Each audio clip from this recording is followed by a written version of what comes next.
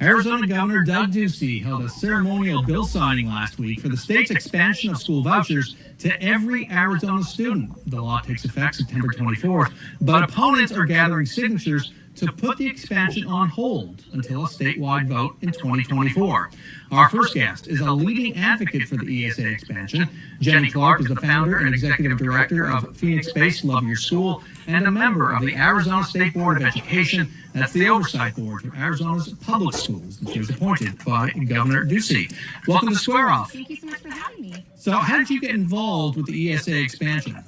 Well, basically 4 years ago, my own children were diagnosed with dyslexia, and unfortunately our local public school could not provide the resources that they need. Our family went onto an empowerment scholarship account 4 years ago, and our lives have been never the same. Our kids are doing fantastic on their ESA. Now, you were recently appointed to the State Board of Education. We'll talk about that piece, and they oversee public schools. What do you bring to that board? Well, really, there was never representation of any ESA parents on the State Board of Education. And as you mentioned, the Arizona Department of Education oversees the ESA program. So it was really time for those minority voices, only 12,000 ESA families, to be represented at the state board level. So ESA's empowerment scholarship accounts. What do ESA parents who aren't in a public school bring to a public school board? Well, the Department of Education oversees the ESA program, so it didn't make sense that out of all those State Board of Education members, there was no ESA parent representation on that board. But also, Graham, I was born and raised in Arizona. I went to public school, kindergarten through 12th grade here in this state, graduated from the University of Arizona. That's not something even our superintendent of public instruction can say. So my own personal experience is also, I think, a great benefit to the State Board of Education. So let's talk about the nuts and bolts of the expansion. 1 million Arizona students will be eligible, assuming the petition drive, signature drive does not succeed in the short term. But taxpayers will have no idea how this voucher money is spent. There's no oversight in the bill on the spending side.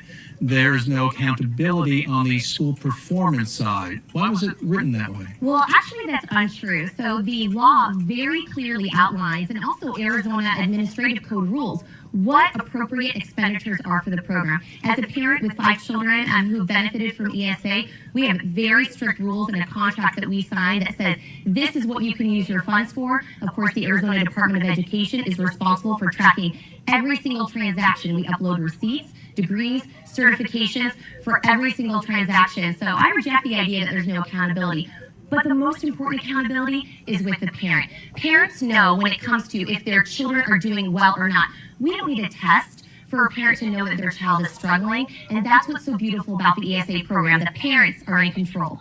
So every parent will get to spend taxpayer dollars that might have otherwise gone to a public school. So tell me, who is it that rates these private and religious schools on how well they're teaching the kids? The parents. And the wonderful thing about that is if my child's not doing well, if my student is not doing well with a teacher or at a school, guess what? With an empowerment scholarship, I can make a switch just like that. When you're in a traditional school environment and the tutor or therapist that's provided to your child isn't working, what are your choices? What are your options? You are stuck. ESA allows families to no longer be stuck. It gives them options and opportunity.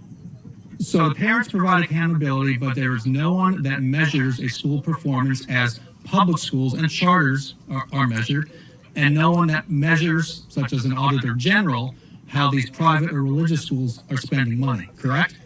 Well, let me just say this. Private schools are in high demand for a reason, Bram, and it's because their students do well. So I reject the idea that there's no accountability because there's no accountability in the law anyway. Parents are the ones that know if their children are doing well or not, and we trust parents, Bram, to decide what education environment is best for them. 65% of Arizona families support empowerment scholarship accounts. And there's a reason for that. Their kids are struggling, and now they're finally going to have access and options for their students. And that's a win for our state. You're an effective advocate for parents, but let's go back to accountability. Is there anything in this law that requires private schools or religious schools to report student performance? Private schools and religious schools are required to report student performance to the parents, and that's to the people who are paying for this. Oh, let's talk about taxpayers, okay? Arizona students right now get $14,000 per student in the public school environment. And a lot of parents are saying, my kid's not doing too well. The ESA program, guess what, Graham? It saves taxpayers. We need to saves pause. taxpayers every time a family goes on ESA. That's a win-win for our state. We need to pause. That 14,000 number is inflated. I've heard that. Oh, I have the number right here. $12,000 inflation adjusted per student in the public school. Those aren't exclusively state. I've got the JLBC report I've right looked here. at it many times myself. $16 billion. But what I hear you saying, there is no accountability. There's nothing. That's not what I'm saying at all. You're saying parents, but that's not the same accountability as public schools, is it? I respectfully disagree with you, Bam. Parents know what's best for their kids. They are accountable for their education. Nobody cares more about a child's education than the parent. So there are political actors. Charlie Kirk is one of them. He heads the right-wing Turning Point USA. He is preparing to open his own private school, as are many others who have seen this ESA school voucher expansion coming down the road, $7,000 per kid. Why would Arizona taxpayers want to pay to put Charlie Kirk or anybody on this political spectrum in business to run a school? Well, I welcome any education entrepreneur that comes to our state and says, guess what? I think we can teach kids how to read better, do math better. I don't know if you've seen the reading scores lately in Arizona. Only 37% of Arizona students, when they're tested at third grade, are reading proficiently. So I welcome any education entrepreneur. But let me tell you something that a lot of families are not aware of. In Arizona, over half of our public school systems are already private placing students in private schools when the public school cannot meet their needs. So that's already happening. I don't buy the argument that money can't go to private schools. It's already happening in Arizona. So you're okay with Charlie Kirk opening a private school? I'm okay with any education entrepreneur that says, I know how to teach kids. Absolutely. And so one other thing this law does is for the parents who already have their children in private or religious schools and are paying tuition anywhere from $5,000, $10,000, $15,000 or more, they can all immediately claim $7,000 from taxpayers to help ease that tuition break.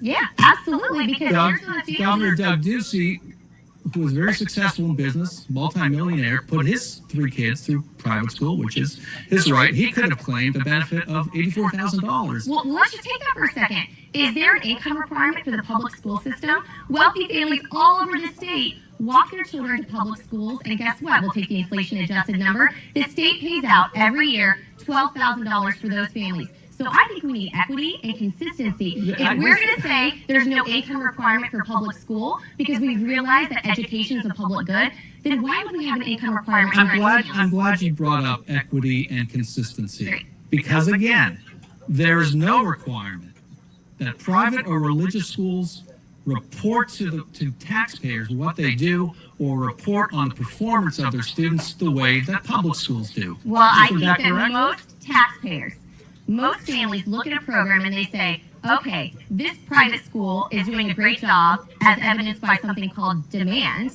and we've got a program over here that's going to save our state millions of dollars. That's a win-win for taxpayers and Arizona families. We're going to have to end it there because I see we disagree on what's actually in the law, but Jenny Clark, you're an effective advocate. Thank you so much for joining us. Thank you so much. I encourage our viewers to read the legislation that created the voucher expansion. You can find the bill and the story on our website,